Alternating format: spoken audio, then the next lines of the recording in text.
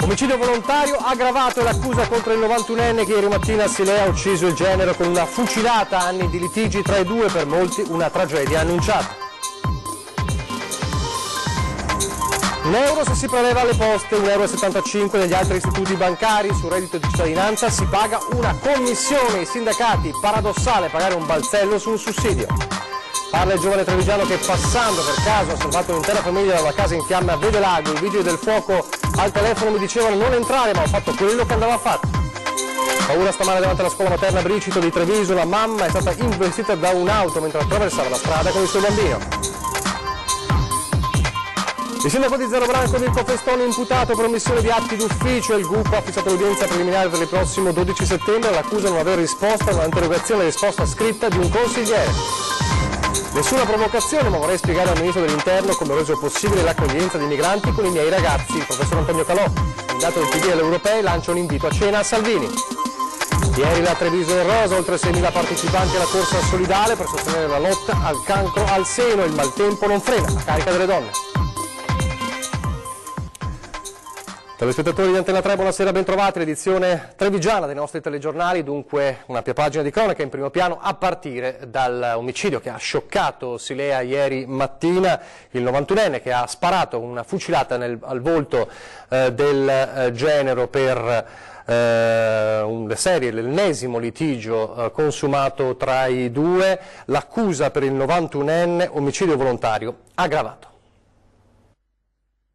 C'è un'aria quasi surreale oggi in via Nerbona a Silea, una tranquillità che stride con il cartello affisso dai carabinieri fuori dall'abitazione di Giovanni Padovan e con le tracce di sangue nella casa accanto, quella del genero Paolo Tamai, 63 anni, ucciso ieri mattina dal suocero 91enne con un colpo di fucile legalmente detenuto. Qualcuno stamane ha legato dei mazzi di fiori sul cancello dell'abitazione della vittima, vicino un'immagine di Gesù. Un ultimo saluto che un amico ha voluto lasciare per dire addio a Tamai.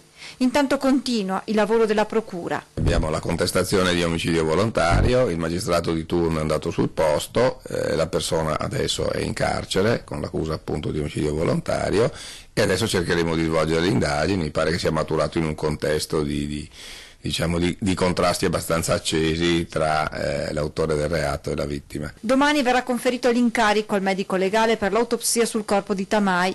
Gli inquirenti attendono anche di poter ascoltare la moglie della vittima, nonché figlia del 91enne, ancora ricoverata in ospedale a causa di un malore avvertito subito dopo l'omicidio.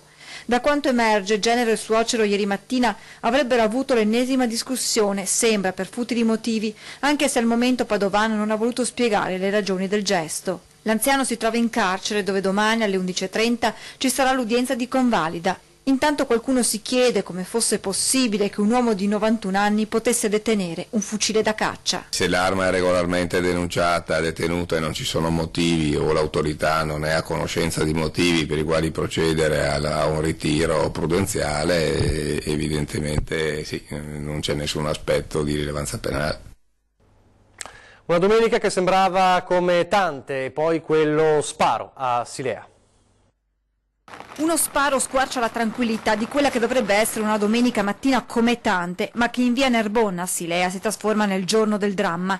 Sono le 9:30 quando Giovanni Padovano, a 91 anni, esplode un colpo con il suo fucile da caccia in pieno volto di Paolo Tamai, 63 anni, suo vicino di casa, ma soprattutto suo genero. L'uomo cade a terra privo di vita. Padovan si barrica in casa fino all'arrivo dei carabinieri che lo convincono a costituirsi. L'anziano pochi minuti più tardi confessa di aver sparato al marito della figlia e viene portato via dai carabinieri. Stando alla ricostruzione dei militari dell'Arma, la vittima sta facendo dei lavori in giardino quando il suocero esce di casa. Tra i due inizia una discussione. I vicini racconteranno poi di aver sentito delle urla tra i due. Padovana a quel punto sarebbe entrato in casa, avrebbe imbracciato il fucile esplodendo un unico proiettile contro il genero.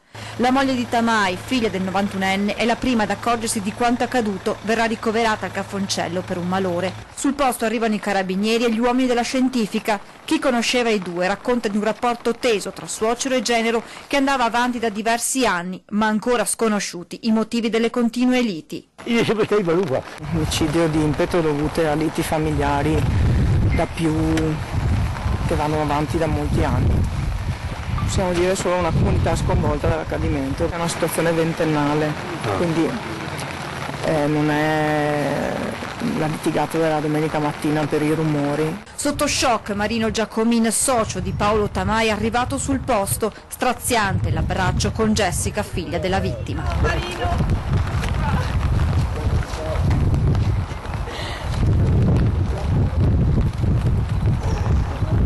Non ci credo, continua a ripetere Jessica all'amico Marino. Una famiglia distrutta, un'intera comunità sconvolta. Lasciamo per un attimo la cronaca, la riprenderemo fra pochissimo. Parliamo del reddito di cittadinanza con un paradosso che quasi nessuno conosce e che fa arrabbiare molti.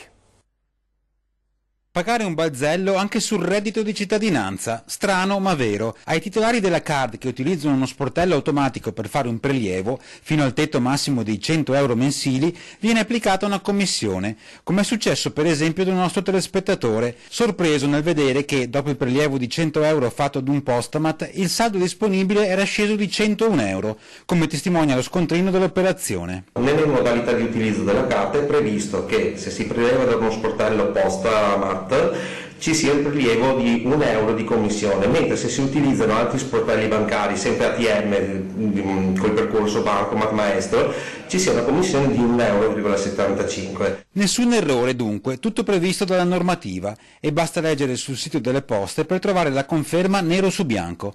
La legge non ammette ignoranza, si dirà, ma certo risulta strano e quasi paradossale che il reddito di cittadinanza, uno strumento pensato come sostegno economico, sia soggetto a commissioni come qualsiasi altro conto corrente e che una sua parte, di fatto, vada fuori obiettivo. Finisce alle poste in commissioni, senz'altro. È una cosa un po' contraddittoria perché si cerca di sostenere le persone in difficoltà e poi si chiede anche l'obolo di 1 euro per ogni singola operazione. È un po' contraddittorio, magari sarebbe il caso di rivedere la cosa, seppur prevista dalla normativa. Al momento dunque dalla commissione non si scappa, l'unico margine di manovra, semmai, sta nella scelta del male minore. Se dovete prelevate le poste, risparmiate 75 centesimi, al momento mi sento di dire solo questo, seppur dissento da questo tipo di impianto.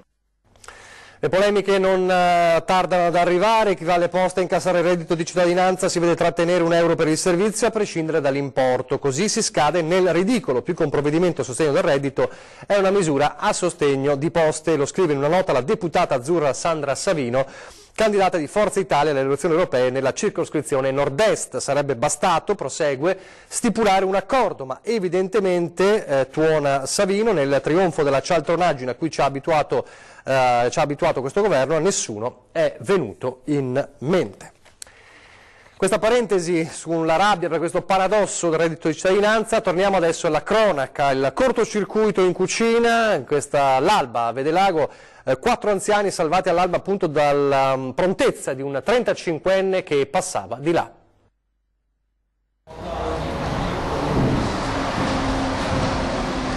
Una fortuna, se no non so cosa succedesse, perché non si sentiva niente, nata bene.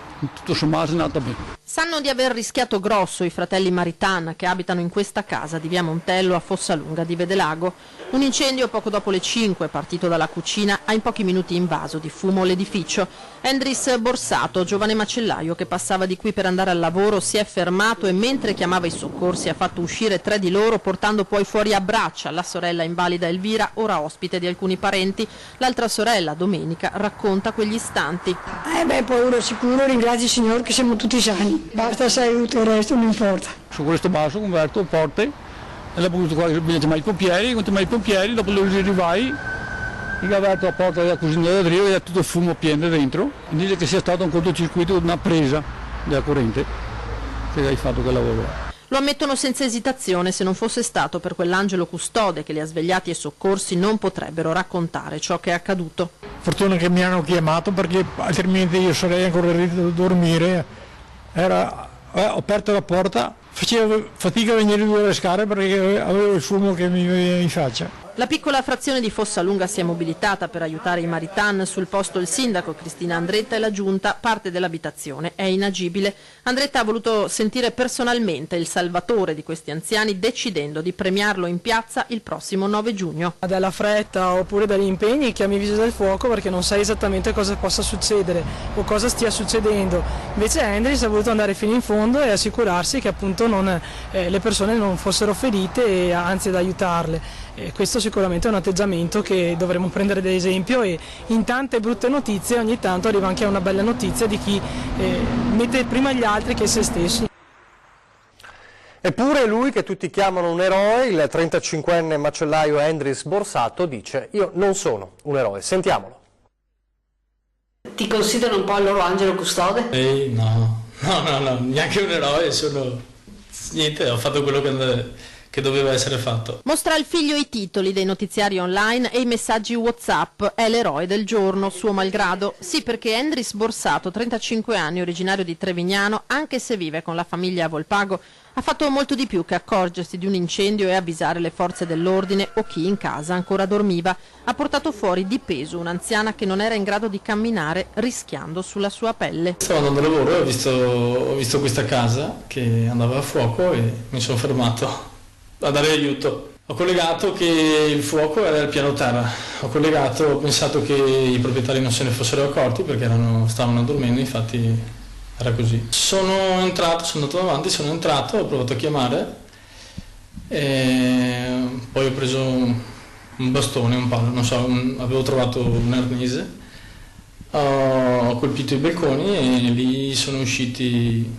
questi due anziani. Sono usciti, poi è uscita una terza persona, una signora, e poi quando ero al telefono con i vigili del fuoco mi hanno detto che c'era questa signora anziana dentro che non riusciva a camminare, quindi sono entrato, l'ho preso in braccio, le ho parlato un attimo, le ho detto tranquilla, l'ho preso in braccio e l'ho portata fuori e l'ho portata sicuro, basta. Poi nel frattempo sono arrivati i pompieri. Endris è entrato, malgrado al telefono i vigili del fuoco, per la sua incolumità, gli avessero sconsigliato di farlo. I vigili del fuoco che parlavo quando ero in diretta, quando mi hanno detto che c'era questa disabile, mi aveva sconsigliato di entrare perché avevo paura, però ho visto che ce la potevo fare e quindi sono entrato e basta, è andata bene così.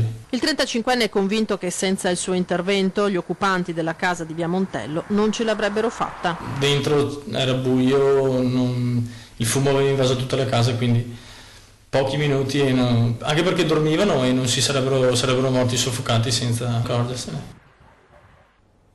Davvero complimenti a Endris, a questo 35enne. Ancora la cronaca adesso a Treviso, paura questa mattina davanti alla scuola materna Bricito, una mamma investita da un'auto mentre attraversava la strada con il suo bambino. Questa mattina una mamma che accompagnava un bambino a scuola è stata investita da un'auto. Il bambino ha passato subito prima della mamma e la mamma invece è stata sbalzata sul cofano della macchina che l'ha investita. Mamma di un piccolo alunno della scuola materna Bricito in via Venanzio, a ridosso del PUT a Treviso, investita da un'auto questa mattina mentre accompagnava il bambino a scuola. Erano circa le 8:30, una signora che proveniva dalla Piani non si è accorta di bimbo e mamma che iniziavano ad attraversare le strisce pedonali. I pedoni in quel punto vengono coperti fino all'ultimo istante dalle auto parcheggiate. Il bimbo è illeso, la mamma se l'è cavata con traumi di media gravità. Oltre al danno sicuramente della mamma che è ancora in ospedale, è stato anche gli altri bambini che era l'ora in cui si recavano a scuola e che hanno visto questa signora distesa per terra. Purtroppo erano state segnalate più volte questi disagi riguardo al nostro passaggio pedonale e non erano mai stati presi in considerazione dalle amministrazioni comunali. Raccolte di firme, sollecitazioni, in passato si è fatto un po' di tutto per indurre Cassugana a mettere in sicurezza quell'attraversamento che risente soprattutto del traffico che a velocità sostenuta svolta nella stradina dal PUT, spesso utilizzata come scorciatoia per la strada ovest e l'Estiore. Ma negli anni non si è fatto nulla. Avvertito dai rappresentanti dei genitori, il sindaco Mario Conte, insieme all'assessore ai lavori pubblici Sandro Zampese e al comandante della polizia locale Andrea Gallo, sono subito usciti in sopralluogo decidendo i primi interventi urgenti per ridurre la pericolosità di quell'accesso, lavori che saranno eseguiti non appena le condizioni meteo lo consentiranno. È assolutamente necessario intervenire immediatamente e lo faremo aumentando il campo visivo in corrispondenza di questo attraversamento, e realizzeremo anche l'attraversamento pedonale rialzato in modo da aumentare la sicurezza dei nostri bimbi. E l'appello poi che faccio sempre agli automobilisti è quello di rallentare in corrispondenza degli istituti scolastici, perché ci sono mamme, ci sono bambini, e comunque è corretto limitare la velocità in zone dove tra l'altro la visibilità è anche scarsa. Sindaco di Zero Branco, Mirko Festoni, imputato per omissione di atti d'ufficio in merito alla richiesta di rinvio a giudizio avanzata dalla Procura della Repubblica, seguita la denuncia presentata da un avversario politico, Giannarciso Durigon, venetista, in corsa alle amministrative del 2014, il GUP Bruno Casciari ha fissato l'udienza preliminare per il prossimo 12 settembre. Qual è l'accusa? Nonostante nel dicembre 2015 avesse ricevuto un'interrogazione a risposta scritta in cui si chiedevano chiarimenti sui valori attribuiti ai terreni edificatori posti alla base della tassazione ai mutasi, il sindaco non aveva risposto, da qui la denuncia e il successivo provvedimento giudiziario. E allora la politica, il tema dell'autonomia del Veneto, tensione sempre più alta nel giorno cruciale di un cruciale Consiglio dei Ministri. Il ring è pronto, forse il Consiglio dei Ministri più difficile del governo giallo-verde, quello in scena in doppia seduta a 6 giorni dal voto. Il voto già quello che ha spinto a far entrare la campagna elettorale nelle decisioni del governo. Attacchi vicini all'insulto tra Lega e Movimento 5 Stelle in questi giorni, Conte in mezzo nell'estremo imbarazzo e fastidio.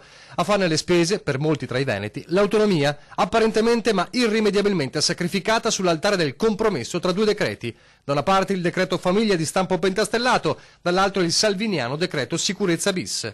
L'autonomia sarà moneta di scambio per mantenere la pace? Il ministro Elika Stefani, ormai allo stremo, posta su Facebook l'ennesimo sfogo. Stasera i 5 Stelle in Consiglio dei Ministri si prenderanno la responsabilità di negare al Paese una riforma che avvicina finalmente le decisioni e quindi il controllo ai cittadini e che mira a garantire servizi migliori senza sprechi da nord a sud. Quasi alla stessa ora il governatore Zaia, dopo le ultime uscite di Luigi Di Maio e dei pentastellati, la bozza dell'autonomia è una riforma che si vuole fare in fretta per coprire i casi di corruzione nel Carroccio, sbotta. Di Maio, se avesse il coraggio, verrebbe in Veneto, riunirebbe tutti i veneti in una piazza, sono 2.328.000 veneti che hanno votato per l'autonomia, glielo dice in faccia. Sfida consapevole allo stesso Di Maio, che proprio in Veneto si trova a gambellare nel Vicentino e replica. Io penso semplicemente che l'autonomia si debba fare, ma la dobbiamo scrivere bene. Perché se c'è una fretta elettorale di farla prima delle elezioni europee, possiamo aspettare una settimana e scriverla meglio. Lo so che i veneti e i lombardi non vogliono aspettare, hanno ragione perché hanno votato un referendum e devono avere l'autonomia, ma così come è scritta non aiuterà né la Lombardia né il Veneto e tantomeno le altre regioni d'Italia. Il botta risposta ormai continua da giorni e sembra il simbolo del castello giallo-verde in bilico. Continua la Stefani nella sua nota. Purtroppo la confusione e la insicurezza preelettorali dei grillini e del loro leader fanno male al Paese. Un giorno dicono che il testo dell'autonomia non c'è, il giorno dopo dicono che fa male al Sud, quindi il testo lo hanno letto, visto che lo criticano. Nell'attesa che si chiariscano le idee, continua, ricordo che i cittadini che hanno votato al referendum e le regioni meritano rispetto. Il ring e i pugili ormai sono pronti. Pochi istanti di pubblicità e torniamo subito.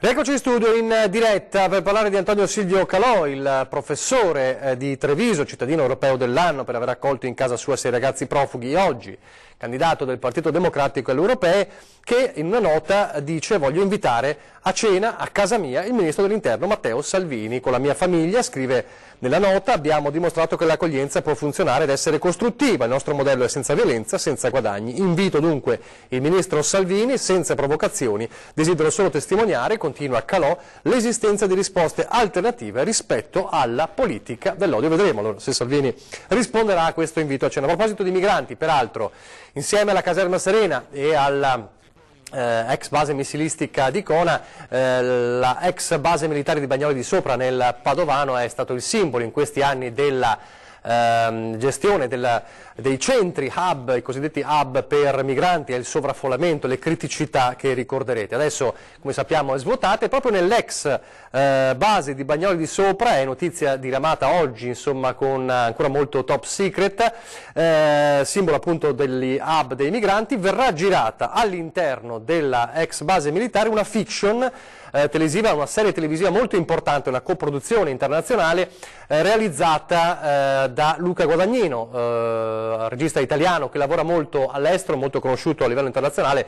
L'ultima sua produzione, presentata anche al Festival di Venezia, è il remake di Suspiria. Ebbene, lui sarà il regista di questa fiction di cui si sa pochissimo, e l'intero set, all'interno insomma della ex base militare di Bagnoli di Sopra verrà appunto restaurato, chiamiamolo così. Il set verrà tutto a carico, i lavori all'interno saranno a carico completamente di questa coproduzione internazionale. Dunque un posto insomma che ritrova un'altra veste decisamente diversa da quello che era prima, cioè un hub per migranti. Adesso l'economia velocemente, con l'assemblea dei soci di Centro Marca Banca Credito Cooperativo di Treviso e Venezia, che al Quinto di Treviso ha approvato a maggioranza il bilancio 2018, che chiude con un utile netto di 14.987.112 euro, il migliore della storia dell'istituto di credito, a dimostrazione dunque della bontà delle fusioni, se effettuate appunto creano valore, se si opera con abilità e prudenza ovviamente di gestione. In questo caso una fusione effettuata in poco meno di 3 anni. Centro Marca Banca è per dimensione adesso la terza banca di credito cooperativa del Veneto. E adesso la Treviso in rosa. Il maltempo di ieri non ha fermato la carica delle donne.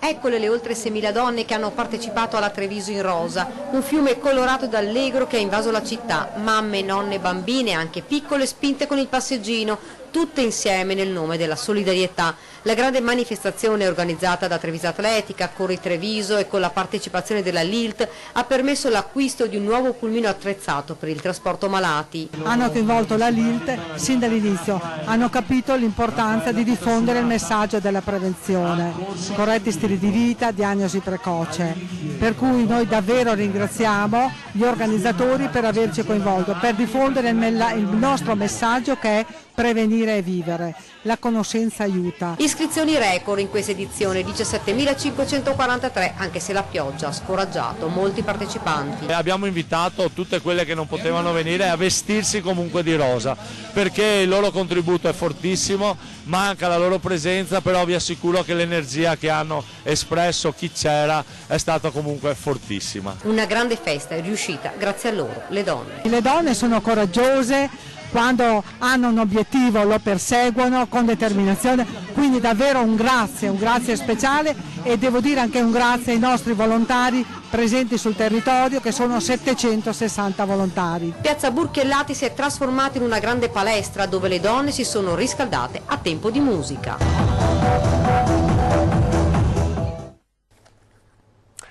20:10 fra pochissimo con Ferdinando Varino e i suoi due ospiti, David Borrelli di Più Europa e Eugenia Fortuni di Europa Verde. Ovviamente parliamo, ma non solo, delle europee, ormai il voto fra 6 giorni, insieme ovviamente alle comunali. E poi alle 21:15 la prima serata con Ring, torna il talk show che mette la politica alle corde, ovviamente autonomia centrale come tema, ovviamente vista la tensione alle stelle, il Consiglio dei Ministri che sarà in corso proprio in quei momenti. Marcello Bano della Lega, Alessandro Bisato del Partito Democratico, Angelo Bonelli di Europa Verde, Anthony Candiello del Movimento 5 Stelle, Luca Ciriani di Fratelli d'Italia ed Emanuele Crosato di Forza Italia. Sono questi gli ospiti di Ring questa sera. È davvero tutto, vi lascio alle previsioni del tempo. Grazie per averci seguito, arrivederci.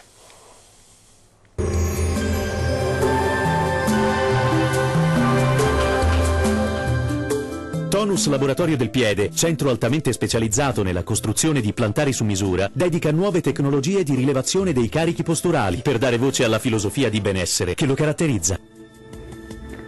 Ben ritrovati al meteo. Le nostre regioni saranno ancora bersagliate da nuovi acquazzoni e la situazione è già piuttosto critica in alcune zone dopo le abbondanti piogge di questi giorni.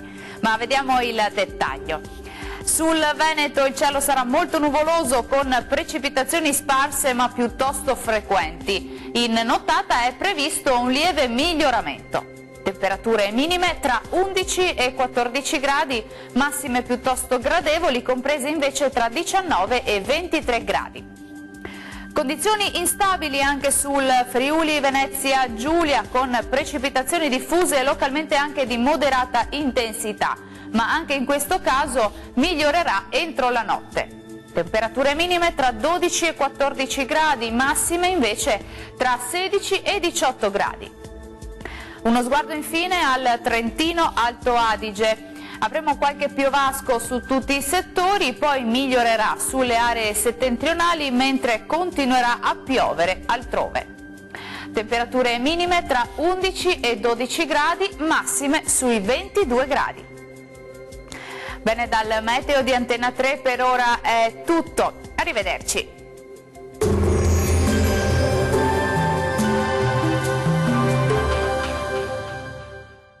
Tonus è il miglior negozio di calzature moda comoda. Qui troverete il più vasto assortimento di calzature Fratelli Tomasi. Eleganza e comodità, perché camminare è vivere.